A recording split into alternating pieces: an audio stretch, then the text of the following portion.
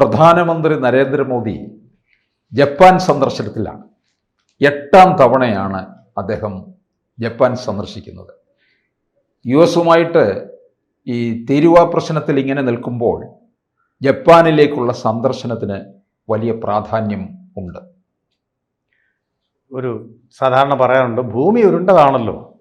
നമുക്ക് കാണാം, ഇത് തന്നെയാണ് മോദി പറയുന്നത്. ഇപ്പോൾ അമേരിക്ക വാങ്ങിച്ചില്ലെന്ന് വിചാരിച്ച് ഞങ്ങൾ അങ്ങ് മരിച്ചുപോയൊന്നും ഇല്ലെന്നുള്ളത് തന്നെയാണ് പറയുന്നത്. ഞങ്ങളതിനെ നേരിടും, അതിനെ തൻ്റെടമായിട്ട് തന്നെ നേരിടും എന്നുള്ളതാണ്. അതിനുള്ള പണിയൊക്കെ നേരത്തെ തന്നെ ചെയ്തും വെച്ചിരുന്നു. ബ്രിട്ടനുമായിട്ട് സമഗ്ര കരാർ അങ്ങ് ഒപ്പിട്ടു.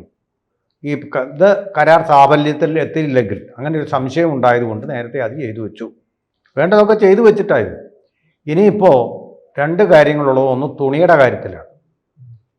തുണി മാർക്കറ്റ് ചെയ്യാൻ യൂറോപ്പിലെ ക്രയശേഷിയുള്ള 40 രാജ്യങ്ങളെ കണ്ടുവച്ചിട്ടുണ്ട്. അവിടേക്ക് നമ്മുടെ എംബസികൾ വഴി ഈ തുണികൾ, കെട്ടിക്കിടക്കുന്ന തുണികൾ കൊണ്ടെത്തിക്കാൻ വേണ്ടിയിട്ടുള്ള നടപടികൾ സ്വീകരിച്ചിരിക്കുകയാണ്. പിന്നെ വരുന്നത് ജപ്പാനുമായിട്ട് നമ്മൾ കഴിഞ്ഞ ദിവസം തന്നെ കണ്ടു. ജപ്പാനിലെ സുസുക്കി കമ്പനി ഇന്ത്യയിൽ നിർമ്മിച്ച 100 രാജ്യങ്ങളിലേക്കുള്ള കാറുകൾ, എന്ത് കാറുകളാണ്? പെട്രോൾ കൊണ്ടോ ഡീസൽ കൊണ്ടോ ഓടുന്നതല്ല, ഹൈബ്രിഡ് മോഡലിൽ, അതേസമയം ബാറ്ററി കൊണ്ട്, ലിഥിയം അയൺ ബാറ്ററി കൊണ്ട് ഓടുന്ന 100ഓളം രാജ്യങ്ങളിലേക്കുള്ള കാറുകൾ ഇന്നലെ പോയി കഴിഞ്ഞിരുന്നു. ആ രാജ്യങ്ങളിൽ ഇതെല്ലാം ഓടും, ഈ കാറുകൾ ഓടും. സുസുക്കി മെയ്ഡ് ഇൻ ഇന്ത്യ എന്നുള്ള ബോർഡ് അതിനുണ്ടാവും. മെയ്ഡ് ഇൻ ഇന്ത്യ എന്നുള്ള ബോർഡോടുകൂടി ആദ്യമായിട്ടാണ് ഇത്രയും ബൃഹത്തായിട്ട് 100 രാജ്യങ്ങളിലേക്ക് ഇന്ത്യ കയറ്റി അയക്കുന്നത്. നേരത്തെ ടാറ്റയുടെ വണ്ടി ഇന്ത്യക്ക് അവിടെ പല രാജ്യങ്ങളിലും ഓടുന്നുണ്ടായിരുന്നു. ടാറ്റ അത്ര വലിയ ഒരു നമുക്ക് ശ്രദ്ധേയമായ രീതിയിൽ ഓടിയിരുന്നില്ല. നമ്മൾ പോകുമ്പോൾ 100 ടയോട്ടോ പോകുമ്പോൾ അതിനിടയ്ക്കായിരിക്കും ഒരു ടാറ്റയുടെ കാർ ഓടുന്നത് നമ്മൾ കാണുന്നത്. ഇപ്പോൾ അത് ഗതി അങ്ങ് മാറി. ടാറ്റയും ടെസ്ലയുമായിട്ട് ഒരു കൊളാബറേഷൻ ഉണ്ടാക്കാനൊക്കെ ശ്രമം നടന്നിരുന്നു, അത് പരാജയപ്പെട്ടു. അങ്ങനെയാണ് ടെസ്ലയായിട്ട് മാത്രം ഇന്ത്യയിലേക്ക് വന്ന് ബോംബെയിൽ ഷോറൂം തുടങ്ങും. അത് ടെസ്ല അമേരിക്കയിൽ നിർമ്മിക്കുന്ന കാറാണ്. ഇതങ്ങനെയല്ല, ഇന്ത്യയിൽ സുസുക്കി നിർമ്മിക്കുന്ന കാർ അത് വിപുലപ്പെടുത്താൻ പോവുക. കാരണം എങ്ങനെയാണ്? അവിടെ തന്നെ ലിഥിയം അയൺ ബാറ്ററിയുടെ 2 പ്ലാന്റുകൾ നിർമ്മിച്ചിരിക്കുക. ആവശ്യത്തിനുള്ള പ്ലാന്റുകൾ കിട്ടും. അതിൻ്റെ യൂണീക്ക് സെല്ലിംഗ് പോയിൻ്റ്, ഓരോ ഉൽപ്പന്നത്തിനും ഓരോ യൂണീക്ക് സെല്ലിംഗ് പോയിൻ്റ് ഉണ്ട് എന്ന് പറയുന്നത് 500 കിലോമീറ്റർ തുടർച്ചയായിട്ട് യാതൊരു ചാർജിങ് സ്റ്റേഷനും സന്ദർശിക്കാതെ അതിന് പോകാം. 500 കിലോമീറ്റർ എന്ന് പറയുമ്പോൾ കേരളത്തിൻ്റെ ഒരറ്റം മുതൽ മറ്റേ അറ്റം വരെ സുഖമായിട്ട് സഞ്ചരിക്കാം. അത് കഴിഞ്ഞ് കുറേയും കൂടെ പിന്നെയും പോകാം. നമുക്കങ്ങ് മംഗലാപുരം വരെയോ ഏകദേശം കണക്ക് വെച്ചിട്ട് ഒരു ബാറ്ററിയുടെയും സഹായമില്ലാതെ പോവാം. തിരിച്ചു വരാൻ നേരത്ത് ബാറ്ററി ഒന്ന് ചാർജ് ചെയ്ത് വന്നാൽ മതി. എന്ത് സൗകര്യം, എന്ത് ലാഭമാണത്! പുക എന്ന് പറയുന്ന പൊല്യൂഷൻ ഒട്ടും ഉണ്ടാകാത്ത യാത്ര നമുക്ക് നടത്താം. കേരളത്തിലാണെങ്കിൽ സ്ഥിതി, യൂറോപ്പിയനിലാകുമ്പോൾ അതിനേക്കാൾ കൂടുതൽ ഇത് പോകും, സഞ്ചരിക്കാൻ പറ്റും. കാരണം അവിടുത്തെ അവസ്ഥ, റോഡിൻ്റെ കണ്ടീഷനൊക്കെ വളരെ അനുകൂലമായിട്ടുള്ള കണ്ടീഷനാണ്. ഫ്രിക്ഷൻ വളരെ കുറവാണ്. അപ്പോൾ അങ്ങനെ ഇപ്പോൾ ആൾറെഡി ജപ്പാനിലേക്ക് പോകുന്നതിന് മുമ്പ് തന്നെ ഒരു പ്ലാറ്റ്ഫോം റെഡിയാക്കി വെച്ചിട്ടാണ് പോകുന്നത്. അത് അഹമ്മദാബാദിൽ വെച്ച് അദ്ദേഹം ഉദ്ഘാടനം ചെയ്തു. എന്നിട്ടാണ് അദ്ദേഹം ജപ്പാനിലേക്ക് പോകുന്നത്. ജപ്പാനിലേക്ക് പോകുന്നത് ചൈനയ്ക്ക് പോകുന്നതിൻ്റെ മുന്നോടിയായിട്ടാണ്. ചൈനയും ജപ്പാനും ശത്രു രാജ്യങ്ങളാണ്. ഇതാണ് ഇന്ത്യയുടെ ഈ ബാലൻസിങ് പൊസിഷൻ എന്ന് പറയുന്നത്. ഇന്ത്യയുടെ വിദേശകാര്യ നയത്തിൻ്റെ മഹത്വം ഇതാണ്. നമുക്ക് റഷ്യയുമായിട്ടും പങ്കാളിത്തമുണ്ട്, അതുപോലെ ചൈനയുമായിട്ട്, അതേസമയം തന്നെ US-ഉമായിട്ടും പങ്കാളിത്തമുണ്ട്. അതിൻ്റെ ഫലമായിട്ടാണ് അമേരിക്ക ഒന്ന് കണ്ണ് ഉരുട്ടി കാണിച്ചപ്പോൾ നേരെ റഷ്യയിൽ നിന്ന് പെട്രോൾ വാങ്ങിച്ചുകൊണ്ട് നമുക്ക് വൻ ലാഭമാണ്, വിൻഫാൾ പ്രോഫിറ്റാണ് ഇന്ത്യ അതിൽ കൂടെ ഉണ്ടാക്കിയിരിക്കുന്നത്. നമ്മളതിൽ മറിച്ചല്ല അതിൽ റിഫൈൻ ചെയ്തിട്ട് നമ്മുടെ റിഫൈനറികൾ ധാരാളം ഉണ്ടാക്കിയിട്ടുണ്ട്. ആ റിഫൈനറിക്കുള്ളിൽ റിഫൈൻ ചെയ്ത് അമേരിക്കയ്ക്ക് വരെ നമ്മൾ വിറ്റു. റഷ്യയിൽ നിന്ന് പെട്രോൾ വാങ്ങിച്ചിട്ട് അമേരിക്കയിൽ വിറ്റു നമ്മൾ. അത് റഷ്യയിൽ നിന്ന് പെട്രോൾ അല്ല, നമ്മൾ ക്രൂഡ് ഓയിൽ വാങ്ങിക്കുന്നു, അത് റിഫൈൻ ചെയ്ത് പെട്രോളാക്കി അമേരിക്കയെ കൊണ്ട് വിറ്റു. ഇതുകൊണ്ടാണ് ഇത് ട്രംപ് അറിഞ്ഞ് അത് ശരി, ഇതാണ് പരിപാടി, റഷ്യയിൽ നിന്ന് വാങ്ങിച്ച് ഞങ്ങൾക്ക് തരാം. ട്രംപിനും അറിയാം. ട്രംപ് ആദ്യം പറഞ്ഞാൽ എന്താ, ഓയിൽ വിലയുടെ, അതായത് എണ്ണ വിലയുടെ സ്റ്റെബിലിറ്റി നിലനിർത്താൻ നിങ്ങൾ ഇടപെടണം, റഷ്യയിൽ നിന്ന് വാങ്ങിച്ച് ഞങ്ങൾക്ക് ഇങ്ങനെ അന്നേരം ഞങ്ങൾ വാങ്ങിച്ചോളാം എന്ന് പറഞ്ഞ് 2 പേരും കൂടി ഒത്തുകൂടിക്കൊണ്ട് ചെയ്തതാണ്. ഇപ്പോൾ മൂപ്പര് കാലങ്ങ് മാറി, ലാഭം ഉണ്ടാക്കുന്നതുകൊണ്ട് എന്താണ്, റഷ്യയെ തകർക്കാൻ പറ്റുന്നില്ല. റഷ്യയെ തകർക്കാൻ പറ്റാത്തതുകൊണ്ട് എന്താണ്, ഉക്രൈനെതിരെ അവർ യുദ്ധം ചെയ്യുന്നു ആയുധങ്ങളുമായിട്ട്, അവരങ്ങ് ജയിച്ചു പോകുന്നു. റഷ്യ ജയിക്കുന്നു എന്ന് പറഞ്ഞാൽ അമേരിക്കയ്ക്ക് ഒരു കോലത്തും സഹിക്കാൻ പറ്റത്തില്ല. അങ്ങനെ റഷ്യ ജർമ്മനിയെ തോൽപ്പിച്ചപ്പോഴാണ് ഇവരെ ഞങ്ങളാണ് തോൽപ്പിച്ചതെന്ന് വരുത്താൻ വേണ്ടി കരുതി കൂട്ടിക്കൊണ്ട് നാഗസാക്കിയിലും ഹിരോഷിമയിലും ബോംബ് കൊണ്ട് വർഷിച്ചു. ഞങ്ങളാണ് യുദ്ധം ജയിച്ചതെന്ന് വരുത്താൻ. എന്ന് പറയുന്ന പോലെയാണ് റഷ്യ ഇക്കാര്യത്തിൽ ഒരു കുഴപ്പമില്ലാതെ കൂടുതൽ ലാഭം അത് ഇന്ത്യൻ രൂപയിലാണ് അവർ വാച്ച് വാങ്ങിക്കുന്നത്. അമേരിക്കയെ പോലെ ഡോളറിൽ തന്നെ തരണമെന്ന് പറയത്തില്ല. ഇങ്ങനെ ലാഭം കൊയ്ത് കഴിഞ്ഞാൽ ഡോളറിൻ്റെ അവസ്ഥ കഷ്ടമായി പോകുമല്ലോ എന്നുള്ള പേടി കൊണ്ടാണ് ഉടനെ 25% കൂടെ കൂട്ടി 50% ചുങ്കമാക്കി. ഇനി ആ ചുങ്കം അതിനു വേണ്ടിയുള്ള വഴികളൊക്കെ കേന്ദ്ര ധനകാര്യ മന്ത്രാലയം, വിദേശകാര്യ മന്ത്രാലയം ഇവരെല്ലാം കൂടെ പ്രധാനമന്ത്രിയായിട്ട് ചർച്ച കണ്ടെത്തിയിരുന്നു. ക്രയശേഷിയുള്ള രാജ്യങ്ങളിലേക്കൊക്കെ ഈ വിഭവങ്ങൾ കയറ്റി അയക്കാനുള്ള ശ്രമം. തുണിയുടെ മാർക്കറ്റ് ഇപ്പോൾ യൂറോപ്പിലെ 40 രാജ്യങ്ങൾ, 100 രാജ്യങ്ങളിൽ അവിടെ 40 രാജ്യങ്ങളിലേക്ക് കണ്ടെത്തിയിട്ടുണ്ട്. അതിനുള്ള ഒരു തീരുമാനമായിട്ടുണ്ട്. ഇനിയിപ്പോൾ കയറ്റി അയക്കേണ്ട മത്സ്യ ഉൽപ്പന്നങ്ങൾ കെട്ടിക്കിടക്കുന്നുണ്ട്. ആ മത്സ്യ ഉൽപ്പന്നങ്ങൾ കയറ്റി അയക്കാനുള്ള ഒരു വിപണിയായിട്ട് ജപ്പാൻകാർ മത്സ്യമാണ് അവരുടെ മുഖ്യ വിഷയം. അവരുടെ ചോറും മീനും കൂടെ സുഷ എന്നുള്ള വിഭവം ലോക പ്രശസ്തമായിട്ടുള്ളൊരു വിഭവമാണ്. മീനാണ് അവരുടെ പ്രധാനപ്പെട്ട ആഹാരം. അപ്പം മീൻ ഇവിടെ അമേരിക്കയിലേക്ക് കയറ്റി അയക്കാൻ പറ്റിയില്ലെങ്കിൽ ജപ്പാനിലേക്ക്.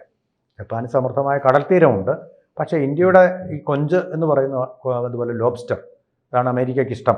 ആ സാധനങ്ങൾ അവിടത്തേക്ക് കയറ്റി അയക്കാൻ, സംസ്കരിച്ച് കയറ്റി അയക്കാനോ ഉള്ള കരാറുകൾ ഇപ്പോൾ ഒപ്പിടും. അതുപോലെ തന്നെ ഇന്ത്യയിലെ ആദ്യ ബുള്ളറ്റ് ട്രെയിൻ ഓടുന്നത് അഹമ്മദാബാദ് അതിലാണ്. ഇന്ത്യയിലെ ആദ്യ ട്രെയിൻ ഓടിയത് താനെ മുംബൈ റൂട്ടിലാണ്. അത് കുറച്ച് ദൂരേ ഉള്ളൂ. താനെ മുംബൈയാണ്, വളരെ കുറച്ച് ദൂരേ ഉള്ളൂ. ഞാൻ പോയിട്ടുണ്ട് ആ റൂട്ടിൽ. ഇവിടെ ഇപ്പോൾ അഹമ്മദാബാദ് ടു മുംബൈ ടു അഹമ്മദാബാദ് തിരിച്ചു പോകണം, two and fro, down and up.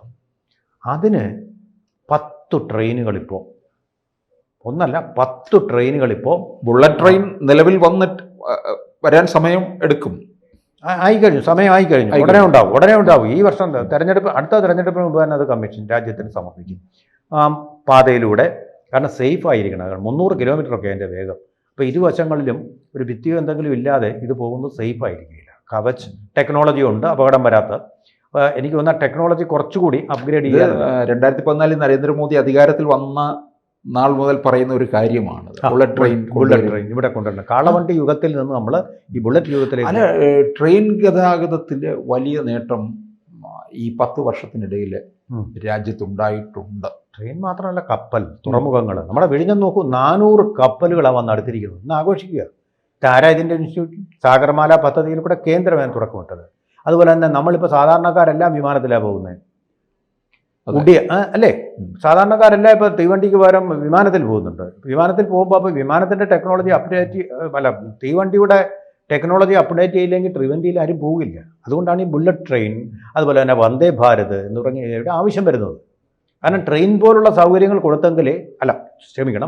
വിമാനം പോലുള്ള സൗകര്യങ്ങൾ ട്രെയിനിലും ഉണ്ടെങ്കിലേ ഇപ്പോൾ ആൾക്കാർ യാത്ര ചെയ്യും. പണം കൂടുതൽ പോയാൽ മധ്യവർഗത്തിന് പണം, അവരുടെ ക്രയശേഷി വർദ്ധിച്ചിട്ടുണ്ട്. അതിൻ്റെ എല്ലാ അടിസ്ഥാനത്തിലാണ് പുതിയ ടെക്നോളജിയിലേക്ക് പോകുന്നത്. അപ്പോൾ അതിനു വേണ്ടിയിട്ടുള്ള ഫലപ്രദമായിട്ടുള്ള ചർച്ചകൾ നടത്തും. അതുപോലെ തന്നെ ജപ്പാനിലെ മൊബിലിറ്റി പങ്കാളിത്തം. ഇപ്പോൾ അമേരിക്ക വാൺ ചെയ്തിരിക്കുന്നത് എന്താ? ഇന്ത്യയിലുണ്ടാക്കുന്ന ഫോണുകൾ ഇവിടെ വിട്ടാൽ ചുങ്കം എന്നാണ്. അപ്പോൾ ഈ ജപ്പാൻ ഈ ടെക്നോളജിയുടെ ഇലക്ട്രോണിക്സ് ടെക്നോളജിയുടെ കാര്യത്തിൽ നമ്പർ 1 ഇപ്പോഴും ജപ്പാൻ തന്നെ. ജപ്പാനെ വെല്ലാൻ, അതുപോലെ തന്നെ കാർ നിർമ്മാണത്തിലും അവരുടെ ടൊയോട്ടയെ വെല്ലാൻ വേണ്ടിയിട്ടുള്ള ഒറ്റ കാറും വന്നിട്ടില്ല. ഗൾഫ് രാജ്യങ്ങളിൽ മുഴുവൻ നമ്മൾ കാണുന്ന ടൊയോട്ട കാറുകളാണ് ഇപ്പോൾ കാണുന്നത്. ഇനിയിപ്പോൾ ചിത്രം മാറുമായിരിക്കും നാളെ. പക്ഷേ ഇപ്പോൾ ഇലക്ട്രോണിക് വെഹിക്കിളിലേക്ക് മാറുമ്പോൾ അവിടെ ടെസ്ല ഉണ്ടാവും. അതുപോലെ തന്നെ ഇന്ത്യയുടെ തന്നെ സുസുക്കി, ഇന്ത്യയിൽ നിർമ്മിച്ച സുസുക്കികളും അവിടെ മത്സരിക്കാനുണ്ടാവും. പക്ഷേ ഈ മൊബിലിറ്റി ഹബ്ബുമായിട്ട് സഹകരിച്ചുകൊണ്ട് ഏറ്റവും മികച്ച ഇലക്ട്രോണിക് ടെക്നോളജി ഇന്ത്യയിൽ തന്നെ നിർമ്മിക്കുന്ന മെയ്ഡ് ഇൻ ഇന്ത്യ ആത്മനിർഭർ ഭാരതിൽ കൂടി ഉൽപ്പാദിപ്പിക്കാനുള്ള ഒരു കരാറും ഒപ്പിടാൻ സാധ്യതയുണ്ട്. അതുപോലെ തന്നെയാണ് ഇന്ത്യൻ ഉൽപ്പന്നങ്ങൾക്ക് വിപണി. അതാണ് ഞാൻ പറഞ്ഞ തുണികൾ, അതുപോലെ തന്നെ മത്സ്യവിഭവങ്ങൾ, അതുപോലെ തന്നെ ബുള്ളറ്റ് ട്രെയിൻ വാങ്ങിക്കും എന്നുള്ള കാര്യം പറഞ്ഞു.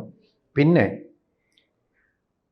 സെമി കണ്ടക്ടറുകൾ, അതിൻ്റെ വലിയൊരു ഹബ്ബും കൂടിയാണ് ജപ്പാൻ. അതിൻ്റെ സെമി കണ്ടക്ടർ ഉണ്ടെങ്കിലേ ഇലക്ട്രോണിക് കാറുകൾ നിർമ്മിക്കാൻ പറ്റും. അതിന് വേണ്ടുന്ന പെട്രോളിന് പകരം വേണ്ട ഒരു ടെക്നോളജി, ഒത്തിരി വില കൂടിയ ടെക്നോളജിയാണ്.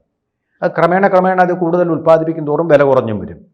അങ്ങനെ ഒരു സാധനം. പിന്നെ ധാതുക്കൾ, ഇതിന് വേണ്ട ധാതുക്കൾ ഇപ്പോൾ ഇന്ത്യ മിനറൽ മിഷൻ എന്ന് പറഞ്ഞൊരു സംരംഭം ആരംഭിച്ചിട്ടുണ്ട്. അതോടൊപ്പം തൽക്കാലം ജപ്പാനിൽ നിന്ന് അത് വാങ്ങിക്കാനുള്ള കരാറിലുമാണ് നമ്മൾ ഒപ്പിടാൻ പോകുന്നത്. ഇതോടുകൂടി നമുക്ക് ഈ പെട്രോളിൻ്റെ ഡീസലിൻ്റെ ഒക്കെ ആവശ്യം വളരെ കുറഞ്ഞു വന്നു കഴിഞ്ഞാൽ അത് രാജ്യത്തിന് വലിയൊരു പ്രോഫിറ്റിലേക്ക് പോകാൻ പറ്റും. ഇതോടൊപ്പം തന്നെ ഈ സെമി കണ്ടക്ടറുകൾ നമ്മൾ വിദേശത്തേക്ക് വിൽക്കുകൂടി ചെയ്തു കഴിഞ്ഞാൽ ഗൾഫ് രാജ്യങ്ങളുടെ ഉയർച്ച എങ്ങനെ ഓയിൽ ബൂം എന്നാണ് അവർ പറയുന്നത്, അതുപോലൊരു ബൂം ഇന്ത്യയിൽ ഉണ്ടാക്കാൻ വേണ്ടിയിട്ട് തുടങ്ങി. ആത്മനിർഭർ ഭാരതിലൂടെ ഇന്ത്യയുടെ ആദ്യത്തെ സെമി കണ്ടക്ടർ പ്ലാന്റുകൾ നമ്മൾ തുടങ്ങിക്കഴിഞ്ഞിരിക്കുകയാണ്. ഇതൊരു ക്വാണ്ടം ലീപ്പ് എന്ന് പറയുന്ന കുതിച്ചുചാട്ടത്തിന് വേണ്ടിയിട്ടുള്ള ഒരു പരീക്ഷണമായി ഇന്ത്യ അതിൻ്റെ സ്പ്രിംഗ് ബോർഡിലാണ്, എക്കണോമിക് ബൂമിൻ്റെ സ്പ്രിംഗ് ബോർഡിലാണ് ഇപ്പോൾ നിൽക്കുന്നതെന്ന് പറയാം. അപ്പോൾ അങ്ങനെയുള്ള അതിലേറ്റവും അങ്ങേയറ്റത്ത് നിൽക്കുന്ന രാഷ്ട്രങ്ങളിലൊന്നായിട്ട് ജപ്പാനുമായിട്ടുള്ള സഹകരണം, ആ ജപ്പാനുമായിട്ടുള്ള സഹകരണം തന്നെ അമേരിക്ക ഇപ്പോൾ ചുമത്തിയിരിക്കുന്ന ചുങ്കം, സാങ്ഷനൊന്നും അല്ലത്, ആ ചുങ്കം കൊണ്ടുണ്ടായിരിക്കുന്ന നമ്മുടെ സാമ്പത്തികമായിട്ടുള്ള ഒരു ചെറിയ പിന്നോട്ട് പോക്കിനെ മുന്നോട്ടുള്ളൊരു കുതിച്ച ചാട്ടമായിട്ട് മാറ്റാൻ തീർച്ചയായിട്ടും പര്യാപ്തമാണ്. അതിൻ്റെ പ്രാധാന്യം ശരിക്കും ഇന്ത്യ മനസ്സിലാക്കുന്നുണ്ട്. അപ്പോൾ 8ാമത്തെ സന്ദർശനം അതെ വളരെ ചരിത്ര പ്രാധാന്യമുള്ളതായി മാറും, സാമ്പത്തിക പ്രാധാന്യമുള്ളതായി മാറും. ഈ അമേരിക്കയ്ക്ക് തിരിച്ചു കൊടുക്കാൻ പറ്റിയ ഏറ്റവും വലിയ ആയുധങ്ങളിൽ ഒന്ന് തന്നെയാണ്. തന്നെയല്ല, ചൈനയുമായിട്ട് ഇപ്പോൾ നമ്മൾ പുലർത്തുന്ന സൗഹാർദ്ദത്തിനെ ഒന്ന് ബാലൻസ് ചെയ്യുകൂടി ചെയ്യുന്ന ഒന്നാണ്. കൂടുതൽ വാർത്തകളും വിശേഷങ്ങളും നിങ്ങളിലേക്ക് എത്താൻ ABC മലയാളം സബ്സ്ക്രൈബ് ചെയ്യുക, ബെൽ ബട്ടണും അമർത്തുക.